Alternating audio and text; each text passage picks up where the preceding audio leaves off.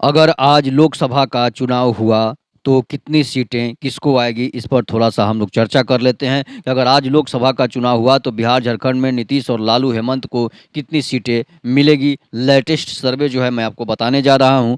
ETG research के साथ सहयोगी न्यूज चैनल टाइम्स नाउ नव भारत ने एक सर्वे किया है। अगर आज लोकसभा चुनाव हुए तो इसको किसको कितनी सीटें मिलेगी। सर्वे में एक बार फिर एनडीए की सत्ता में वापसी होती दिख रही है। एनडीए के खाते में 300 से अधिक सीटें जा सकती है, तो वहीं विपक्षी गठबंधन इंडिया को 160 से 190 सीटें मिल सकती है। इस सर्वे में बिहार झारखंड के सभी सीटों का अनुमान मिला है।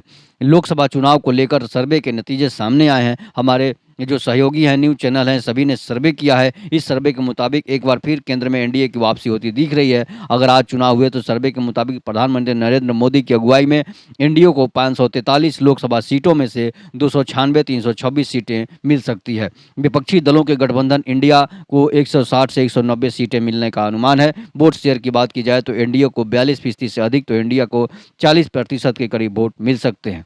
जो ये है एक बहुत बड़ा सर्वे। इसके बाद जो है बिहार झारखंड के लिए इसमें क्या है, ईटीजे रिसर्च टाइम्स नाउ नव भारत में एनडीए में जो को 22 से 24 सीटें मिल सकती है, और तो इंडिया गठबंधन को 16 से 18 सीटों पर कामयाबी मिलने का अनुमान जताया गया है। वहीं झारखंड के लिए जो सर्वे में सामने आया है उसके मुताबिक एनडीए को 10 से 12 सीटें और विपक्षी को 2 से 4 सीटें मिलने का अनुमान है।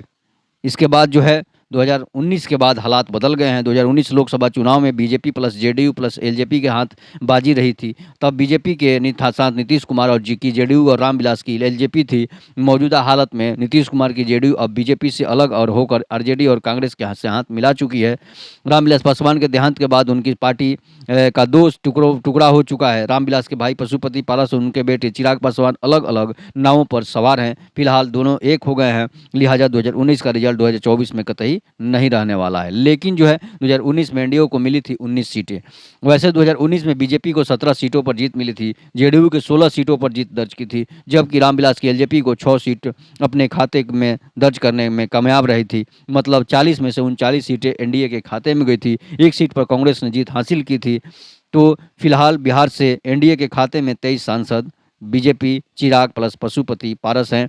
तो आगे देखना है क्या होता है, कितनी सीटें जो है बीजेपी और इंडिया गठबंधन को मिलती है। तो हमें देखने से लगता है कि बीजेपी ही अभी आगे रहेगी। फिलहाल जिस तरह से कांग्रेस के नेता कर रहे हैं, जिस तरह से कांग्रेस के नेता बदनामी लेकर जी रहे हैं, उससे लगता है कि कांग्रेस को ज़्यादा सीटें नहीं आने वाली है। महागठबंधन की इंडिया गठबंधन जो है वो फिर से धराशायी हो जाएगी। इसलिए कि राष्ट्रपति जो झंडा फहराते समय 15 अगस्त को जो है लाल किले पर नहीं जाना, ये भी एक मामला गर्म मुद्दा हो बन गया है और ये कांग्रेस को नुकसानदायक है कांग्रेस के लिए। तो आप इस पर अपनी प्रतिक्रिया जरूर दीजिएगा। जय हिंद, जय भारत, जय श्री राम।